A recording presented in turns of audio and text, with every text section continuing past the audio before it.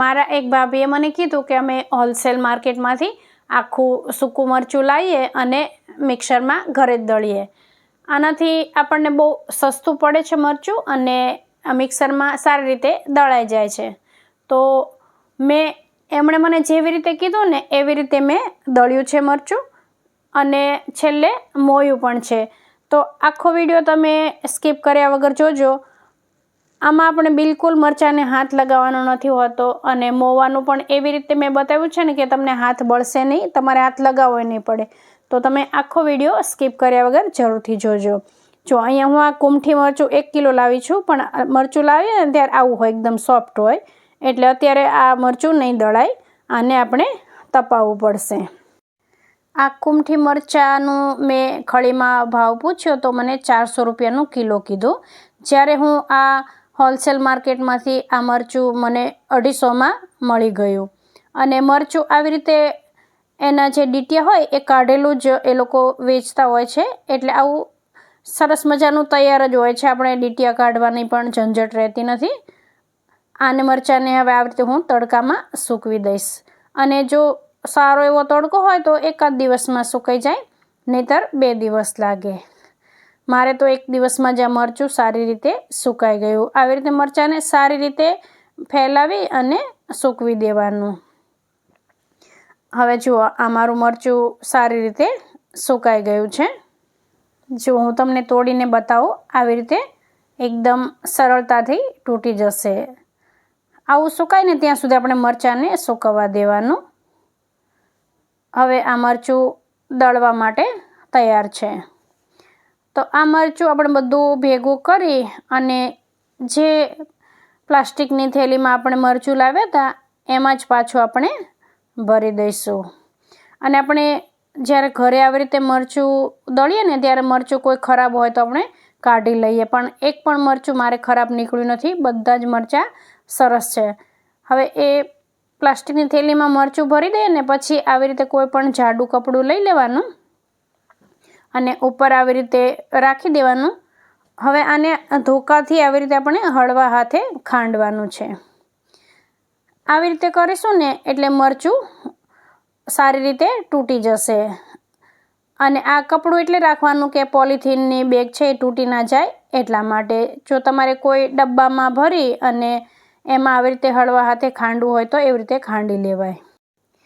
નહીંતર આવી રીતે ગાંઠ મારી થોડી હવા નીકળે એટલી જગ્યા રાખવી પડશે, નહીંતર પોલિથીનમાં હવા હોય અને આપણે ધોકાથી મારીએ તો તૂટી જાય. એટલા માટે આવી રીતે આપણે થોડું ધ્યાન રાખીએ અને હળવા હાથે આ મરચાંને ધોકાથી ભાંગી લઈશું. જો આવી રીતે કપડું રાખવાનું એટલે આપણે પોલિથીનની બેગ છે એ તૂટી ના જાય. અને આપણે જો આખું મરચું નાખીએ તો આપણે મિક્સરના જારમાં થોડી વારે નાખવું પડે, પણ આવી રીતે કરીએ ને એટલે મરચું આખી થેલી ભરેલી છે ને હમણાં જો બહુ ઓછું થઈ જશે. એટલે આવી રીતે કરી અને આપણે મરચાંને અધકચરું કરી નાખવાનું છે. અને એકદમ સૂકું મરચું હોય એટલે એકદમ સરળતાથી મરચું તૂટી જશે. આના પહેલાં ગયા વર્ષે મેં તૈયાર મરચું લાવી હતી હું સુરેન્દ્રનગરથી, અને ત્યાં મેં ખળીમાં દળાવ્યું હતું. અને એ ખળીવાળા કાકાએ કીધું એવી રીતે 3 જાતનું મરચું ભેગું કરી અને મેં દળાવ્યું હતું. અને એ મરચાંનો વિડીયો પણ મેં તમારી સાથે શેર કરેલો છે. એ મરચું પણ બહુ સરસ બન્યું હતું. તો એ વિડીયોની લિંક પણ હું તમને ડિસ્ક્રિપ્શન બોક્સમાં આપી દઈશ. એ મરચું પણ બહુ સરસ બન્યું હતું. પણ આ વખતે મને થયું કે આવી રીતે હું ઘરે મરચું દળું. હવે જો મરચું આટલું જ આપણું થઈ ગયું છે. હવે એને આપણે મિક્સરના જારમાં આવી રીતે વાટકાથી જ લઈ લઈશું. આપણે હાથ બિલકુલ નહીં લગાવીએ. અને એમ પણ આ કુમઠી મરચું બહુ તીખું નથી હોતું. જે કાશ્મીરી મરચું આવે ને એકદમ મોળું મરચું, એના પછીનું આ મરચું હોય છે કુમઠી મરચું. એટલે આમાં તીખાશ અને કલર બંને પ્રમાણસરના હોય છે. જો તમારે વધારે તીખું ખાવું હોય તો આમાં પટણી મરચું ઉમેરવું પડે. હવે આવી રીતે આપણે મિક્સર જારમાં ક્રશ કરી લઈશું. અને પછી આને આપણે જે અહીંયા અત્યારે મેં જે ચોખા ચાળવાની ચાળણી હોય ને એમાં હું ચાળી રહી છું. પણ તમારે વધારે ઝીણું જોઈતું હોય તો તમે લોટ ચાળવાની કે જ્યુસ ગાળવાની ચાળણી હોય ને એનાથી પણ ચાળી શકો છો. જો આવી રીતે થોડી જ વારમાં મરચું દળાઈ જાય છે. આમાં પૂરી 10 મિનિટ ના થાય અને આ ઉડતું નથી. અને આપણે હાથ તો આવી રીતે લગાવવાનો જ નહીં, આવી રીતે જ દળી લેવાનું છે. હવે આ જે ચોખા ચાળવાની ચાળણીથી ચાળી લઈશું. જો તમને મોટું લાગતું હોય તો ઝીણી ચાળણી લેવાની, પણ અત્યારે તો ચીલી ફ્લેક્સનો જમાનો થઈ ગયો છે. કશું પણ વસ્તુ હોય તો આપણે એમ કહીએ કે ચીલી ફ્લેક્સ નાખીએ. તો આવી રીતે આ અધકચરું મરચું હોય ને એ પણ સારું જ લાગતું હોય છે. જે આપણે બહાર દળાવીએ ને એના કરતાં આ મોટું તમને અવશ્ય લાગે, પણ ઝીણું જોઈતું હોય તો નાની ચાળણીથી ચાળી લેવાનું. આવી રીતે આપણે બધું જ મરચું જે આપણે ખાંડીને રાખ્યું છે એ દળી લઈશું. અને છેલ્લે દળાતા જે આવા બી જેવું વધે ને છેલ્લે, જો હજી આ દળીશ એટલે એના અને આ તેરા ચાળણીમાં છે એ બી, એ બધું દળીને છેલ્લે નીકળે ને એ આપણે મિક્સરના નાના જારમાં આપણે દળી લેવાનું છે. એટલે મિક્સરના નાના જારમાં સારી રીતે દળી જાય. અને જો છેલ્લે આટલું જ નીકળ્યું. હવે જે ઉપર બીનો ભાગ છે ને એ તમને વ્હાઈટ દેખાય છે, અંદર જો એકદમ લાલ કલરનું છે. હવે જે આ બીનો ભાગ છે ને એના હિસાબે તમને સફેદ સફેદ દેખાય, પણ જ્યારે આને મોસું અને કલર ચડી જશે એટલે આ મરચું આખું એકદમ લાલ ચટાક થઈ જશે. જો આ મરચું બધું સારી રીતે આપણું દળાઈ ગયું છે. હવે આને આપણે મોવાનું છે, તો એ પણ આપણે હાથને બગાડ્યા વગર. હવે આ જે ગયા વર્ષનું મરચું છે એ બરણીમાંથી હું બીજા ડબ્બામાં કાઢી લઈશ. જો આ ગયા વર્ષે મેં મરચું બનાવરાવ્યું હતું એ મરચું છે. જો આ ગયા વર્ષનું મરચું, અત્યારે આપણે નવું મરચું દળ્યું એના કરતાં લાલ દેખાય છે ને, પણ હમણાં આને મોસું ને એટલે એ મરચું આના કરતાં પણ વધારે લાલ દેખાશે. હવે આ બરણીને આપણે સારી રીતે ધોઈ અને તડકામાં તપાવી અને પછી મરચું ભરવાનું છે. હવે આ મરચું મોવા માટે હું સિંગ તેલનો ઉપયોગ કરીશ.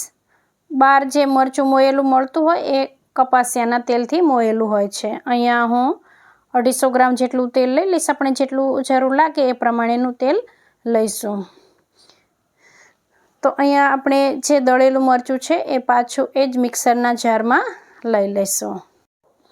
હવે આમાં આપણે 3 ચમચી જેટલું, 3 થી 4 ચમચી જેટલું તેલ ઉમેરી દઈશું અને મિક્સરને થોડી વાર માટે ફેરવી લઈશું.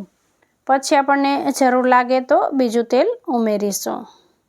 અને જો તમને એવું લાગે કે તેલ વધારે પડી ગયું છે તો કોરું મરચું ઉમેરી દેવાનું. આવી રીતે કરી અને આપણે આ મરચું મોઈ લેવાનું છે. જો હજી મને તેલ થોડું ઓછું લાગે છે એટલે થોડું તેલ 2 ચમચી જેટલું ઉમેરી દઈશ. આવી રીતે કરીને આપણે મરચું મોઈશું ને તો આપણા હાથ નહીં બળે અને મરચું ફટાફટ મોવાઈ જશે. જો હવે આપણું આ મરચું મોવાઈ ગયું છે. હવે એનો કલર પણ એકદમ લાલ ચટક થઈ ગયો છે અને હજી આનો કલર બીજે દિવસે તો વધારે ડાર્ક થઈ જશે. હવે આવી રીતે આપણે બધું મરચું મોઈ લેવાનું છે. અને કદાચ જો તમે બહારથી મોયા વગરનું કોરું મરચું લાવતા હોય તો આવી રીતે મિક્સરમાં મોઈ લેજો. જો આ બંનેનો કલર અલગ દેખાશે તમને, મોયેલું મરચું અને આ મોયા વગરનું કોરું મરચું. જો કેટલો ફરક લાગે છે. હવે આવી રીતે આપણે બધું મરચું મોઈ લઈશું. અને આ બહુ ફટાફટ બધું થઈ જાય છે, દળવાનું, મોવાનું.